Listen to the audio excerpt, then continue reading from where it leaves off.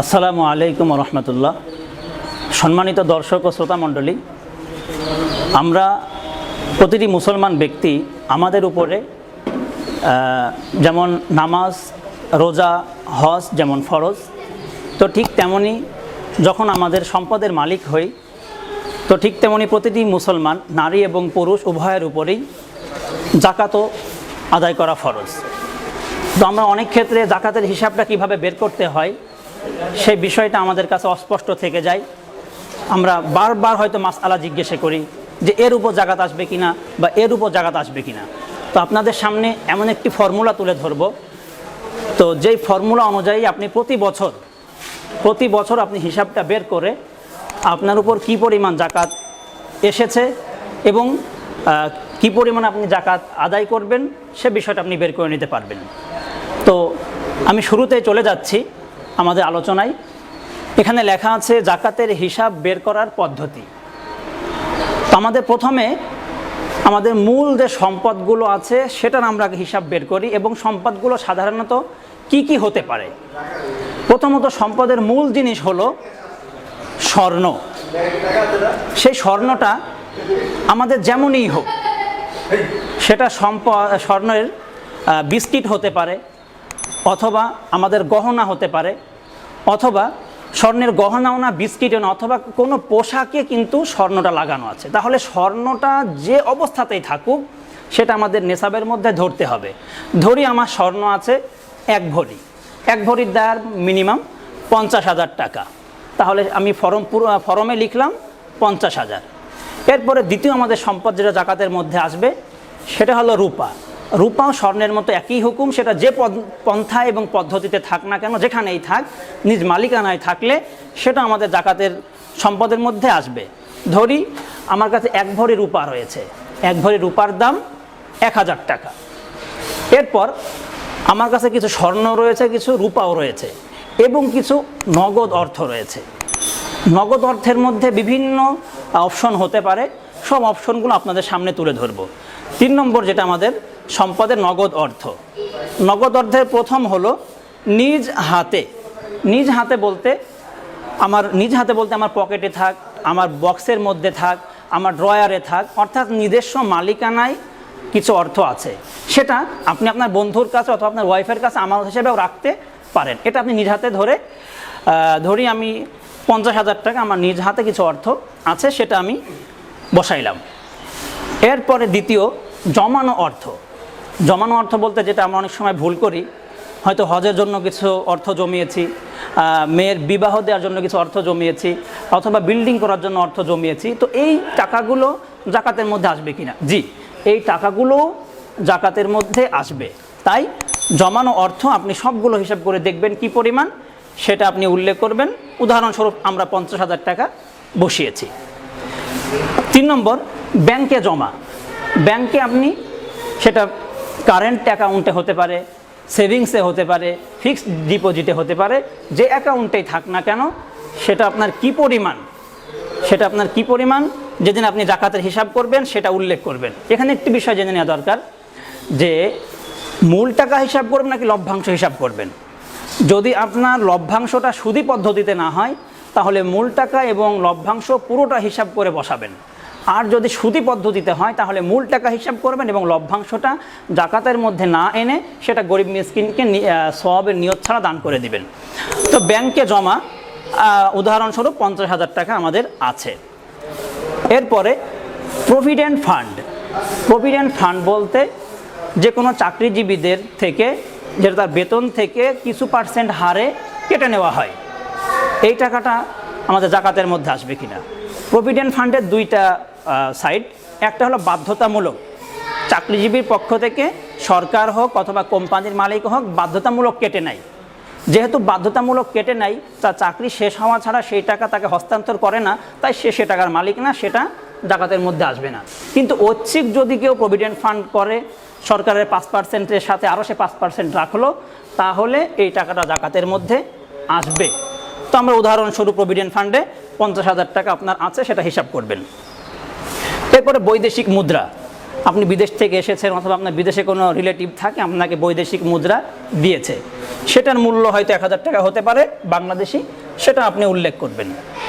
এরপরে হয়তো আপনার কোনো ব্যাংকে বিমা আছে, ওই বিমা ব্যাংকের মতো একই হুকুম, আপনার লভ্যাংশ এবং মূল টাকা সহ যত হয়, যদি সুদি না হয় তাহলে সেটাও হিসাব করে হয়তো 10,000 হবে, সেটা আপনি বসালেন।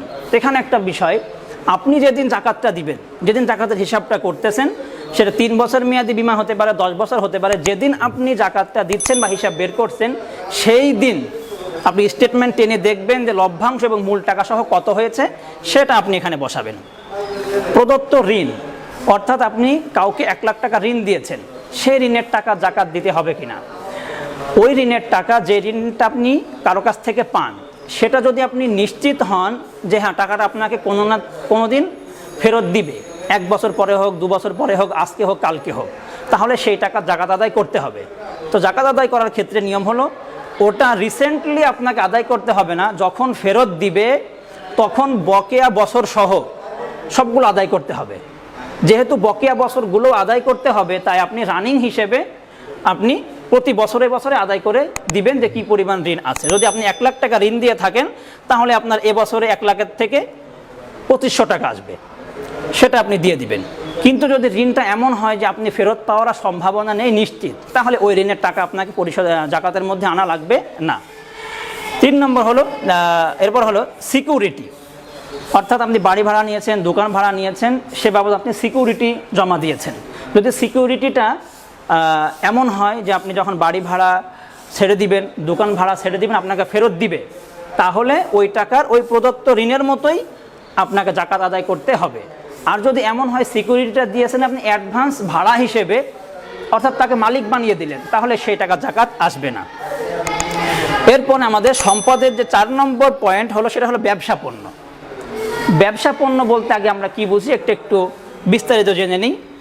ব্যবসা পণ্য অর্থাৎ আমরা কোনো জিনিস যে ক্রয় করি, এর কয়েকটা অবস্থা হতে পারে।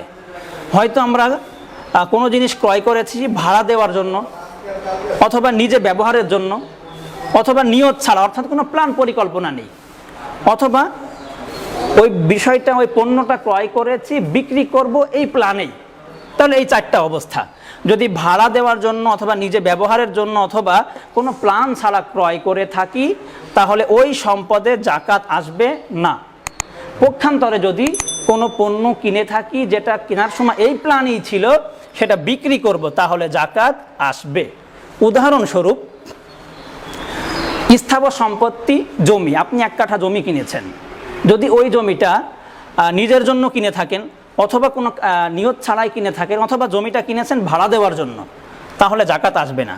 কিন্তু আপনি জমিটা কিনেছেন, কেনার সময় এই প্ল্যানই ছিল যে দাম বাড়লে আপনি বিক্রি করবেন, তাহলে ওই জমির বিক্রয় মূল্য যেদিন হিসাব করবেন কত টাকা হয়, অর্থাৎ আপনি 1 লাখ টাকায় কিনেছেন, যেদিন আপনি জাকাত দিবেন, জাকাতের হিসাব করছেন, সেদিন ওই জমির দাম 2 লাখ টাকা হয়েছে, তাহলে ওই 2 লাখের উপর জাকাত আসবে। তো ব্যবসা পণ্যের মধ্যে বিক্রির জন্য খরিদ, তো আপনি এমন কিছু পণ্য ক্রয় করেছিলেন বিক্রির জন্যই, সবগুলো হিসাব করে, যেমন আপনি দোকানদার, সেটা ফার্মেসি, সবগুলো ওষুধ হিসাব করলেন, আপনার চালের দোকানদার সব চালগুলো হিসাব করলেন, অথবা আপনি গার্মেন্টসের দোকান দিয়েছেন, গার্মেন্টসের সব কাপড়গুলো হিসাব করলেন, হিসাব করে দেখা গেল কি, উদাহরণস্বরূপ আপনি 50,000 টাকার মাল সেখানে রয়েছে, তাহলে 50,000 টাকা আপনি এখানে বসালেন। এরপরে ফ্যাক্টরির মালামাল, গার্মেন্টস ফ্যাক্টরি হতে পারে, অথবা যে কোনো ফ্যাক্টরি, ওষুধ ফ্যাক্টরি হতে পারে। তো সেক্ষেত্রে ওষুধ ফ্যাক্টরির মালামালের মধ্যেও জাকাত আসবে। কোন মালামালের উপর জাকাত আসবে? জাকাত আসবে ওই সমস্ত মালামালগুলো, অর্থাৎ কাঁচামাল, ফ্যাক্টরি থেকে উৎপাদিত পণ্য, অথবা প্রক্রিয়াধীন আছে, এই সমস্ত পণ্যের উপরে আপনার জাকাত আসবে। ফ্যাক্টরির যে মূল বিল্ডিং, ফ্যাক্টরির যে মূল জায়গা, এবং ফ্যাক্টরির যে মেশিনারিজ, এগুলো স্থাবর সম্পত্তির মধ্যে ধরা হয়, এর উপর জাকাত আসবে না। কিন্তু যেটা আপনার বের হয়ে আসবে, উৎপাদিত পণ্যগুলো এবং কাঁচামালগুলো, এর উপর জাকাত আসবে। সেটা হিসাব করে হয়তো ধরলাম আমরা 50,000 টাকা। এরপরে শেয়ার, শেয়ারের 2টা অবস্থা। একটা হলো আপনি শেয়ার কেনা বেচা করেন, অর্থাৎ আপনি শেয়ার কিনেছেন, সেকেন্ডারি মার্কেটে বিক্রি করবেন এই নিয়তেই। আপনি 1 লাখ টাকায় কিনলেন, সেকেন্ডারি মার্কেটে সেটা 1,50,000 বা 2 লাখে আপনি বিক্রি করবেন, তাহলে সেটা ওই বিক্রয় পণ্যের মতোই হয়ে গেল। যেহেতু বিক্রির নিয়তেই কিনেছেন, তাই ওই বিক্রয় পণ্যের যত মূল্য।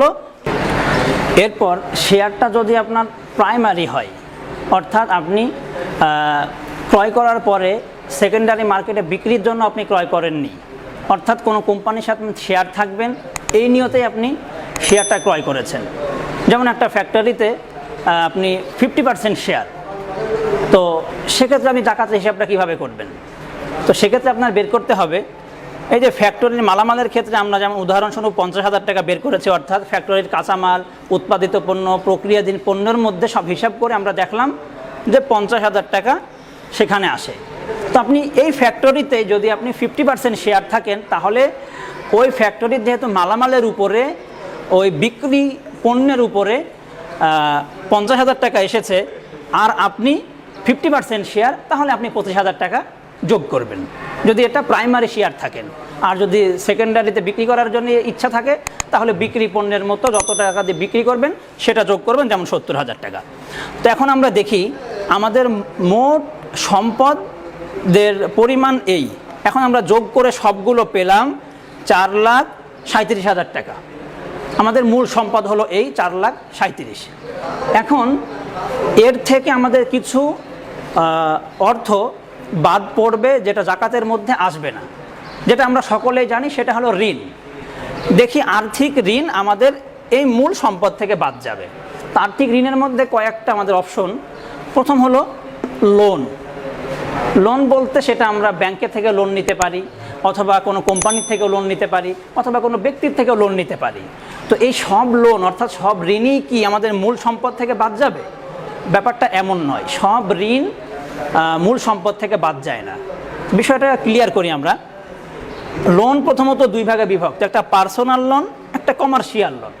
পার্সোনাল লোন বলতে আমি আমার ব্যক্তিগত প্রয়োজনের জন্য আমি ঋণ করেছি, সেটা যে কোনো কাজের জন্য, সেটা ব্যক্তিগত প্রয়োজন আমার খাদ্য, আমার চিকিৎসা, আমার শিক্ষা, আমার ফ্যামিলি চালানো, আমার হয়তো কোনো সন্তান বিদেশ যাবে, সেজন্য বা আমি লোন করেছি, সেটা ব্যক্তিগত প্রয়োজন।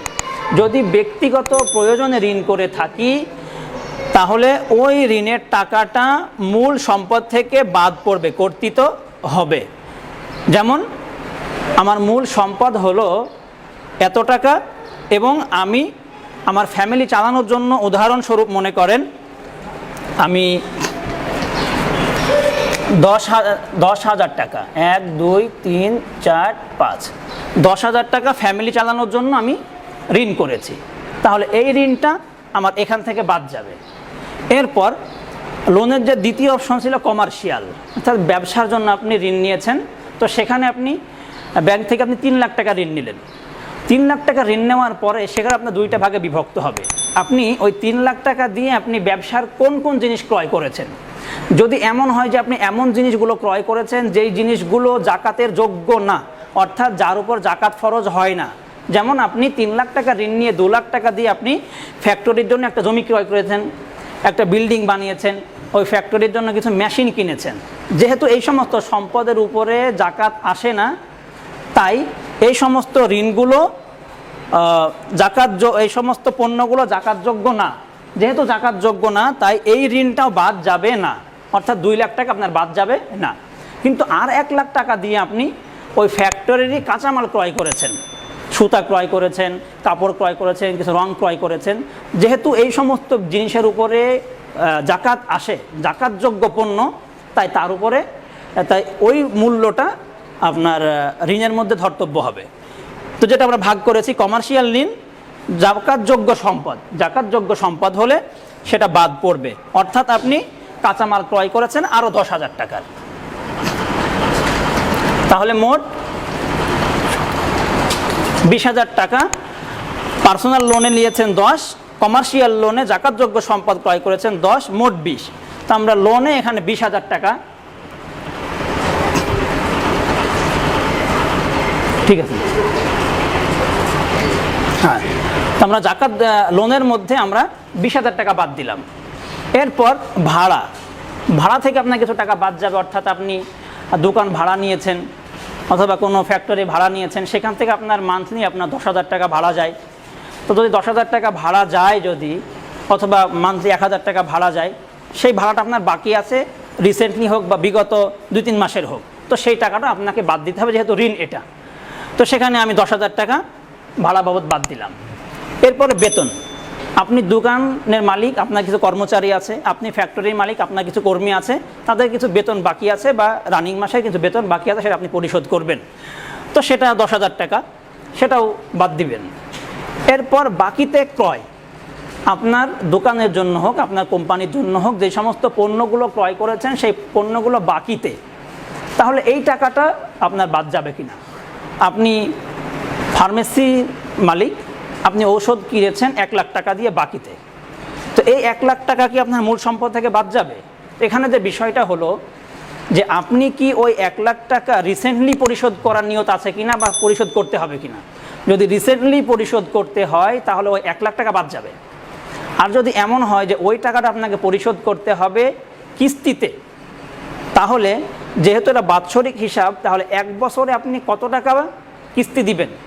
প্রতি মাসে আপনার 1,000 টাকা করে কিস্তি দেন, তাহলে 12 বছরে আপনি 12,000 টাকা যেহেতু কিস্তি যাইবে, যদিও আপনার ঋণ 1 লাখ, কিন্তু এবছরে যেহেতু আপনি 1 লাখ পরিশোধ করতেছেন না, পরিশোধ করতেছেন 12,000, তা আপনি 12,000 বাদ দিবেন। তো বাকিতে ক্রয় আমরা এখানে আনুমানিক 10,000 টাকা ধরলাম। তো সব মিলিয়ে আমার ঋণের খাত হলো 50,000।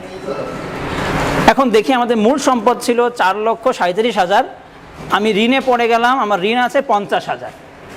এখন আমার জাকাতযোগ্য সম্পদ তাহলে কতটুকু থাকলো?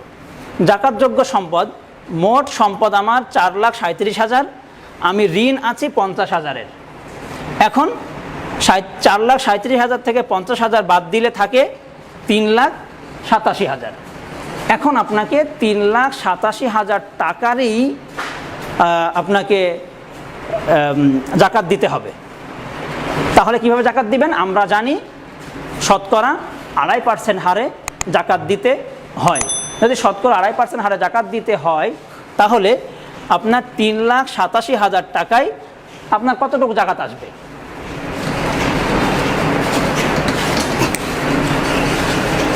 আমরা 3,87,000 টাকায়